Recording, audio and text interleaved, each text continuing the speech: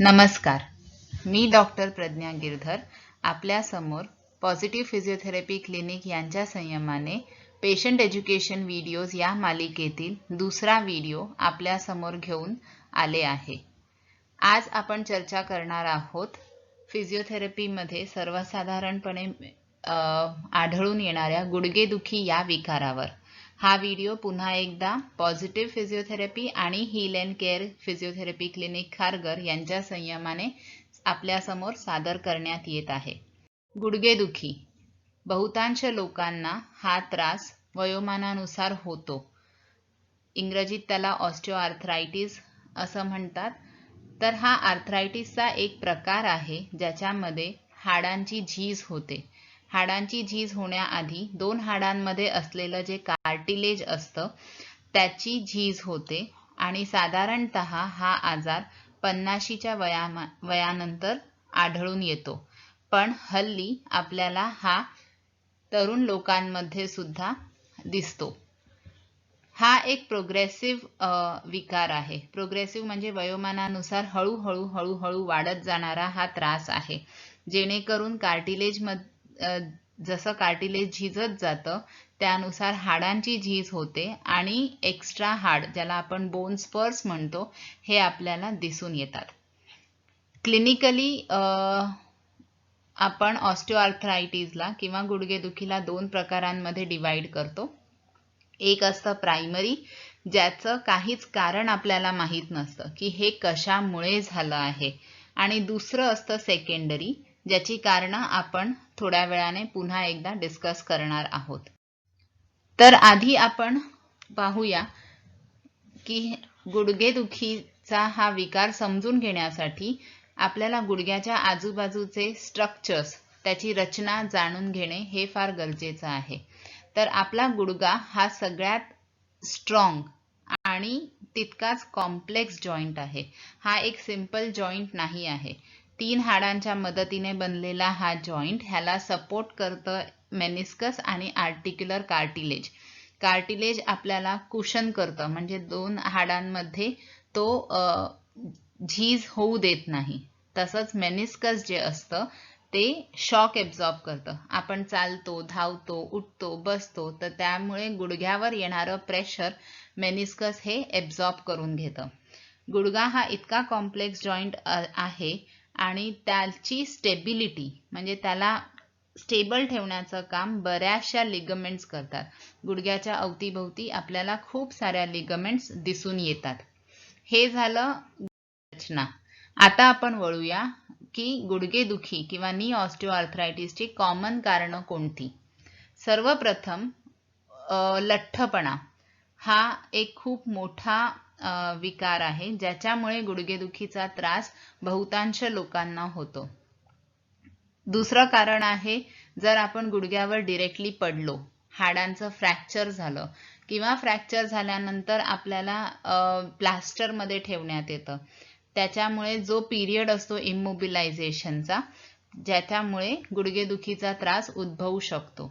इनस्टेबिलिटीज आहेत. आपले लिगमेंट्स हे गुडघ्याला स्टेबिलिटी देतात. जर का त्यांना काही इजा झाली तर त्याच्यामुळे पण ऑस्टिओआर्थरायटिसचे चान्सेस जास्त वाढतात. पण सर्वसाधारणपणे जसं मी म्हटलं लठ्ठपणा आहे, त्याचनुसार फॅमिली हिस्ट्री, तुमच्या घरामध्ये कोणाला हा त्रास आधी होता, आईला, वडिलांना, बहिणीला, भावाला, तर तुम्हाला हा त्रास होण्याची शक्यता तितकीच जास्त आहे. त्यासोबत एक कॅटेगरी येते मेटाबॉलिक डिझिजेसची, जी आता फार जास्त दिसून येते आहे प्रखरपणे, आणि ज्याच्यामुळे गुडघेदुखीचा हा त्रास आपल्याला यंगर पॉप्युलेशनमध्ये जास्त दिसून येतो. त्याला म्हणतात मेटाबॉलिक डिझिजेस. विटॅमिन डी ची कमतरता असल्या कारणाने किंवा रिकेट्स हा एक आजार आहे. थायरॉइडचे इश्यूज ज्यांना असतात त्यांच्यामध्ये ऑस्टिओआर्थरायटिसचा हा त्रास जास्त करून आढळून येतो. पण ही कारणं झाली जी आपल्याला माहिती आहेत. त्यासोबत बरीचशी कारणं अशी आहेत, जसं आपण कंबरदुखीमध्ये सुद्धा पाहिलेलं, की जर का मानसिक ताणतणाव असेल, फटीग होत असू, आपण थकवा वाटत असेल, आपण इनफ रेस्ट घेत नाही आहोत, प्रॉपर झोप होत नाही आहे, किंवा आपल्याला फिजिकल ऍक्टिव्हिटीज आपण बंद केलेल्या आहेत किंवा कमी आहेत, त्यासोबत आपल्याला येलो फ्लॅग्स आहेत जे आपण लो बॅक मध्ये पण डिस्कस केलेलं, नेगेटिव्ह बिलीफ्स, आपल्या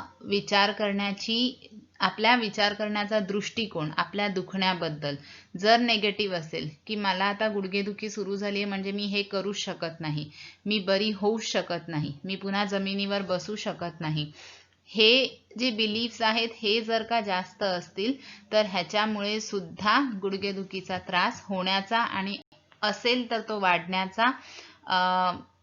वाढण्याचे चान्सेस खूप जास्त असतात. ह्याचे त्रास काय असतात? गुडघेदुखी प्रखरपणे आपल्याला देतं ते म्हणजे पेन, आपल्याला दुखणं जाणवतं गुडघ्याच्या अवतीभवती, सूज येते आणि बऱ्याच वेळेला आपण जर का एका जागेवर बसलो असू, एक अर्धा पाऊण तास आपण बसलो आहोत किंवा आपण मूवीला गेलो आणि बसलो, तिथून उठताना आपल्याला सुरुवातीला त्रास होतो, याला म्हणतात, हे कॉमन सिम्पटम्स आपल्याला दिसून येतात.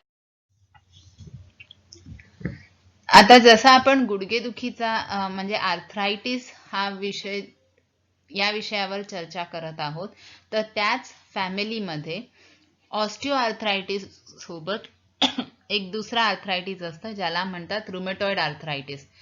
हे दोघं एकाच फॅमिली मधले आहेत. आम्ही बहुतांश मेडिकल फील्डमध्ये ह्यांना भाऊ बहीण म्हणतो, पण ह्यांच्यामध्येही काही फरक आहेत. ते फरक जाणून घेणं आपल्याला खूप गरजेचं असतं. नाही तर आपल्याला ऑस्टिओआर्थरायटिस, पण आपण डोक्यात विचार करून बसतो की हे रुमेटॉइड आर्थरायटिस आहे. तर त्यांच्यामधले फरक काय आहेत? ऑस्टिओआर्थरायटिस एका विशिष्ट जॉईंटलाच होतो. म्हणजे जर का आपण गुडघ्याचा ऑस्टिओआर्थरायटिस म्हणतो आहोत तर तो गुडघा सोडून बाकी कुठेही आपल्याला त्रास देणार नाही. वेअरएज रुमेटॉइड आर्थरायटिस जे आहे ते पूर्ण बॉडीमध्ये आपल्याला त्रास होतो. कधी डोळ्यांचा प्रॉब्लेम होतो, कधी पोटाचे विकार होतात. हे तुम्हाला ऑस्टिओआर्थरायटिस मध्ये दिसणार नाही. ऑस्टिओआर्थरायटिसमुळे येणारं स्टिफनेस म्हणजे डिफिकल्टी इन मुव्हिंग किंवा दुखणं हे दिवसागणिक वाढत जातं. रुमेटॉइड आर्थरायटिसचं पेन आणि स्टिफनेस हे हळूहळू इम्प्रूव्ह होतं. हे स्टिफनेस आणि दुखणं सकाळी जास्त वेळेला वाटतं. ऑस्टिओआर्थरायटिस मोस्टली 40 नंतर अफेक्ट करतं, पण रुमेटॉइड आर्थरायटिसला कुठच्याही वयोगटाचं बंधन नाहीये. आम्ही rheumatoid arthritis as good as 5-6 वर्षाच्या मुलालाही होताना पाहिलेलं आहे आणि तसंच 20-25 वर्षाच्या लोकांनाही हा होऊ शकतो. ऑस्टिओआर्थरायटिस हा डिजनरेटिव्ह आहे, म्हणजे हाडांची झीज होते ह्याच्यामध्ये. वेअरएज रुमेटॉइड आर्थरायटिस हे ऑटो इम्यून आहे. आपलंच शरीर आपल्या अगेन्स्ट अँटीबॉडीज प्रोड्यूस करतं, ज्याच्यामुळे हा रुमेटॉइड आर्थरायटिसचा त्रास सुरू होऊ शकतो. तर हे काही स्पेसिफिक डिफरन्सेस आहेत दोन्ही मधले, जे आपल्याला लक्षात ठेवणं फार गरजेचं आहे. आता आपण वळूयात थोडे फॅक्ट्स ऑस्टिओआर्थरायटिस बद्दल काय आहेत. रादर फॅक्ट्स बोलता बोलता चर्चा करता करता आपण गैरसमजुती ज्या आहेत ऑस्टिओआर्थरायटिस बद्दल त्या आपण थोड्या दूर करू. सर्वप्रथम हे लक्षात ठेवायला हवं की आपल्याला जे दुखणं होतं आहे ते दुखणं कितीही तीव्र असलं तरी टिश्यू तितका डॅमेज झालेला नसतो दरवेळेला. सो जर का पेन खूप जास्त आहे त्याचा अर्थ आपण असं मानून चालू नये की त्याच्यामुळे होणारा टिश्यू डॅमेज हा तितकाच जास्त प्रमाणात झालेला आहे. कधी कधी पेन आपल्या नेगेटिव्ह बिलीफ्समुळे, कधी झोप अपुरी झाल्यामुळे, प्रॉपर एक्सरसाइजेस न केल्यामुळे सुद्धा दुखणं जास्त असू शकतं. त्याचा अर्थ हे नाही की आतमध्ये हाडांची झीज ही तितकीच जास्त झालेली आहे. आमच्या क्लिनिकमध्ये आम्ही गुडघेदुखीबद्दल एक प्रखरपणे पाहिलेली फाइंडिंग ती म्हणजे मायोफेशियल पेन. गुडघ्यांच्या आजूबाजूचे स्नायू जे असतात त्यांच्यामध्ये एक विशिष्ट प्रकारचा टाईटनेस डेव्हलप होतो किंवा तिथे मसल्समध्ये गाठ निर्माण होते आणि त्याला आपण मायोफेशियल पेन किंवा ट्रिगर पॉइंट्स म्हणतो. आमच्या स्वानुभवाने जर का आपण ह्याचं निदान केलं आणि यांची ट्रीटमेंट केली या मायोफेशियल पेनची, तर त्याचा परिणाम आम्हाला खूप जास्त चांगला मिळालेला आहे. तर आपण हे लक्षात ठेवलं पाहिजे की गुडघेदुखीमध्ये स्नायूंमध्ये असणारं दुखणं किंवा त्यांच्या टाईटनेसमुळे किंवा ट्रिगर पॉइंट्सचाही रोल असू शकतो. दुसरी गोष्ट जी आपण नेहमी करतो, आपल्याला दुखायला लागलं की आपण आराम करतो किंवा आपण एखादी ऍक्टिव्हिटी बंद करून देतो. असं न करता आपण ग्रेडेड ऍक्टिव्हिटीज करणं फार गरजेचं आहे. आपण जितका आराम करू, जितके ऍक्टिव्हिटीज अवॉइड करू, तितकं आपलं दुखणं अजून वाढत जातं.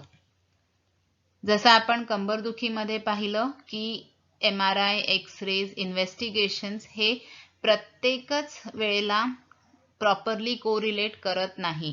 वयोमानानुसार हाडांची झीज होणारच आहे, तुम्हाला गॅप कमी झालेली दिसणारच आहे, पण तेच कारण आहे का माझ्या गुडघेदुखीचं हे बघणं फार गरजेचं आहे.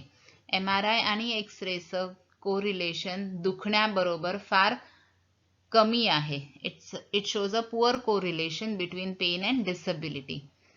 त्यानंतर आपण हे सर्वसाधारणपणे पाहिलेलं आहे की बरेचसे गुडघेदुखीचे पेशंट्स नी रिप्लेसमेंट सर्जरीसाठी जातात. 80% लोकांना त्या सर्जरी नंतर फायदा होतो, त्यांना फरक पडतो. पण 20% लोक असे असतात की ज्यांना नी रिप्लेसमेंट पासून काहीही फरक होत नाही. तर जेव्हा आपण गुडघेदुखीसाठी डॉक्टरांकडे जातो आणि आपल्याला नी रिप्लेसमेंटचा सल्ला दिला जातो, तर निक्षून आपण डॉक्टरांना सगळी चर्चा करावी आणि मगच सर्जरीचा उपाय आपल्याला सुटेबल आहे की नाही हे जाणून घेणं फार गरजेचं आहे. तर सर्वात बेस्ट ट्रीटमेंट म्हणजे सर्जरीच्या आधी सुद्धा आहे ते म्हणजे एक्सरसाइज. आपण प्रॉपर एक्सरसाइज, प्रॉपर फिजिओथेरपीच्या कन्सल्टेशनने जर केले तर आपल्याला बऱ्याचदा नी रिप्लेसमेंट पासूनही सुटका मिळते. एक्सरसाइजेस मुळे आपलं कार्टिलेजचं जे डिजनरेशन आहे, जी झीज आहे, ती कमी करण्यात आपल्याला मदत होते. प्लस गुडघ्यावर येणारा भार कमी होतो आणि आपल्या स्नायूंची ताकद वाढते.